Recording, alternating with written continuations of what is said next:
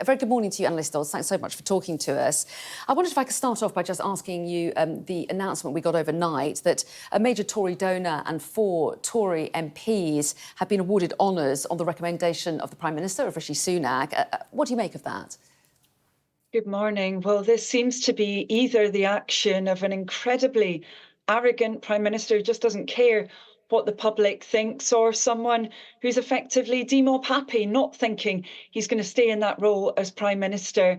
Really, I think the public are going to be quite appalled by this news today.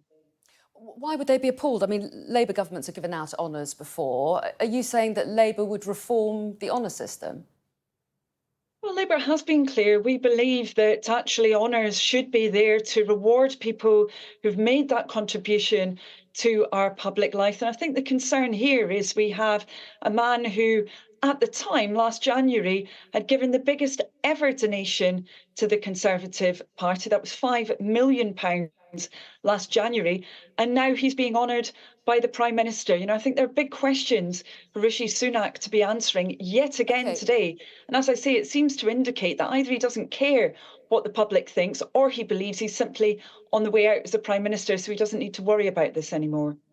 They would say this particular individual is being honoured for his charitable works. Well, I think people can just look at the reality here. As I said, last January, the biggest ever donor for the Conservatives at that stage. I think they'll make their own minds up on this, quite frankly. OK, so will you rule out that under a Labour government, no big Labour donors would get any kind of honour?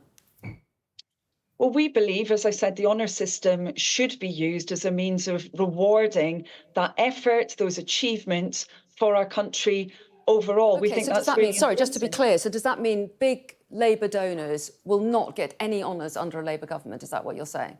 There shouldn't be an automatic pass-through from somebody who's made a huge donation to a political party, then being rewarded in that manner. We have situations where there are philanthropists, if I can finish. Yeah, go on. Of course, there are philanthropists who give money to a whole range of different causes, but this is unique because we're talking here about the biggest ever donor to the Conservatives last January, now being rewarded. We've also, of course, had the situation with Frank Hester, a donor to the Conservative Party, who was found to have made truly appalling racist and misogynistic remarks in the Conservative Party, not distancing themselves from that. I'm afraid this is a Conservative Party problem, and it's really dragging all of our politics into disrepute at the moment. Let me just ask you as well about Angela Rayner, if I may, Labour's deputy leader, of course, still under pressure over the sale of her house over a decade ago, or about a decade ago. The police now saying that they're going to reassess their decision not to investigate. They're going to look again at that. She says she's done nothing wrong, but she won't make her tax advice public. Why not? Would it not make sense for her to make it public, and then perhaps the questions would go away?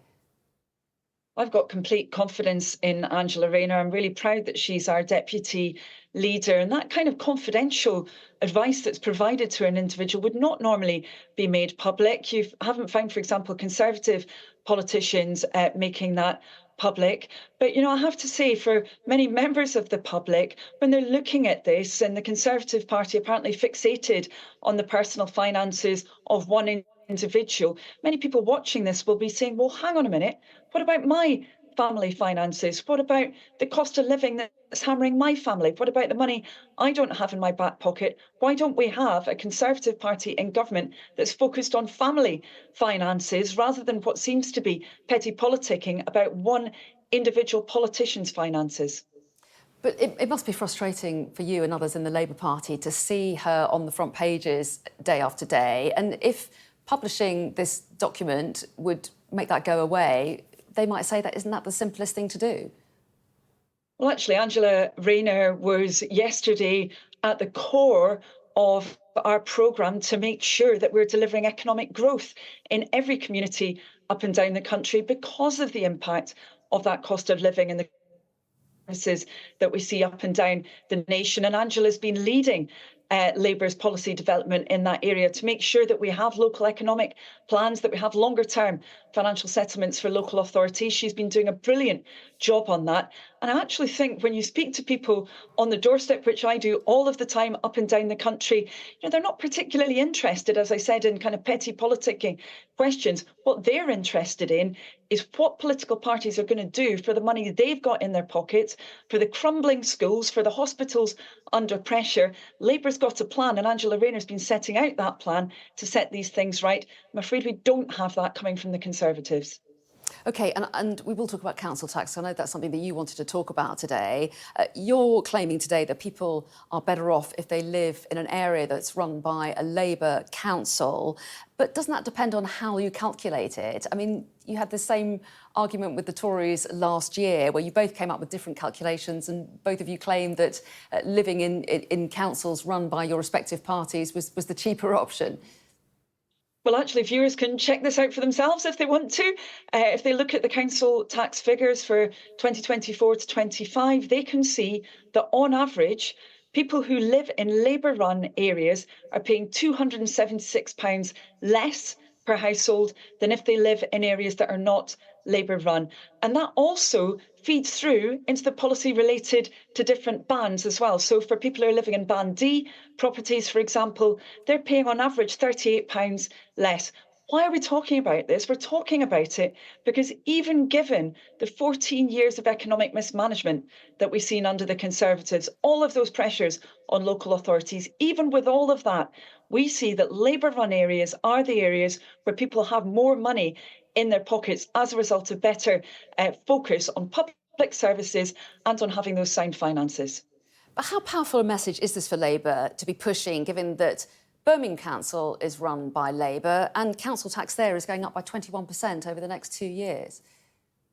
Well, we're seeing very substantial council tax rises actually across the board. I mean, the government has ensured that on average people are paying £300 more on their council tax because of their national policies. So everyone's paying more council tax under the Conservatives. They're paying lots more other forms of tax as well. In fact, taxes overall have risen. We've seen 25 times under the Conservatives recently. So everyone is paying more and they're getting less. And I think that clearly is something that people up and down the country can feel in their pockets. They're very concerned about it and they want to see a party with a different approach, and that's the Labour Party.